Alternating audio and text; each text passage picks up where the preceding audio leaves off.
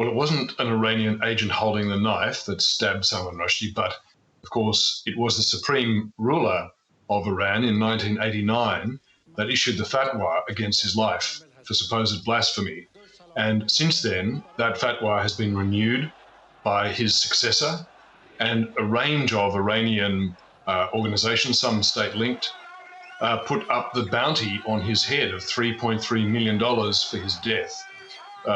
Plus, while the Iranian regime has formally denied any responsibility, in fact, the Iranian regime has blamed Salman Rushdie himself for the attack on Salman Rushdie. But state-owned media has celebrated, cheered the attack, and there's plenty of signs of jubilation. And we do know from a range of sources, including US media sources, that the attacker did have links and contacts with Iranian intelligence agencies and had some contacts, had actually expressed support for the regime in recent social media posts. So there may not be a smoking gun, if you like, but we know who pointed the gun and we know who loaded it and we know who's been celebrating the results. Meanwhile, there have been Iran-sponsored assassination plots that have come to light recently. Yes, some of them have been against civilians, if you like, such as Salman Rushdie, but also an Iranian-American women's activist in New York has been repeatedly targeted for assassination. And most alarmingly, I suppose, is the fact that current and serving US officials have now been named as targets, and Iranian state agents, not just random people with a knife, but agents of the Iranian state have been named in arrest warrants in the US for plotting the murder of former top US officials, namely, the most prominent, John Bolton, the former national security advisor to Donald Trump, and Mike Pompeo, the former Secretary of State. Both those officials were part of Donald Trump's maximum pressure regime, so-called, on Iran.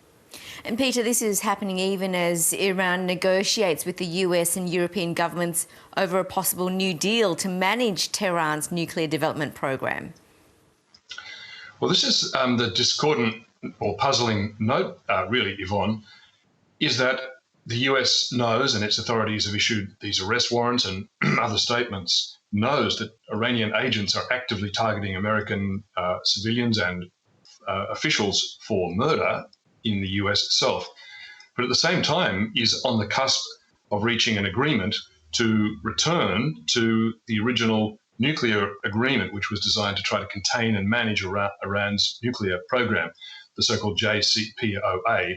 And in fact, yesterday was supposed to be a deadline to clinch a deal under that agreement. And many people, including John Bolton, whom I talked to yesterday and having been targeted for assassination, thought that it was bizarre and unjustifiable that the US government would be negotiating with a regime trying to assassinate its officials on its own territory.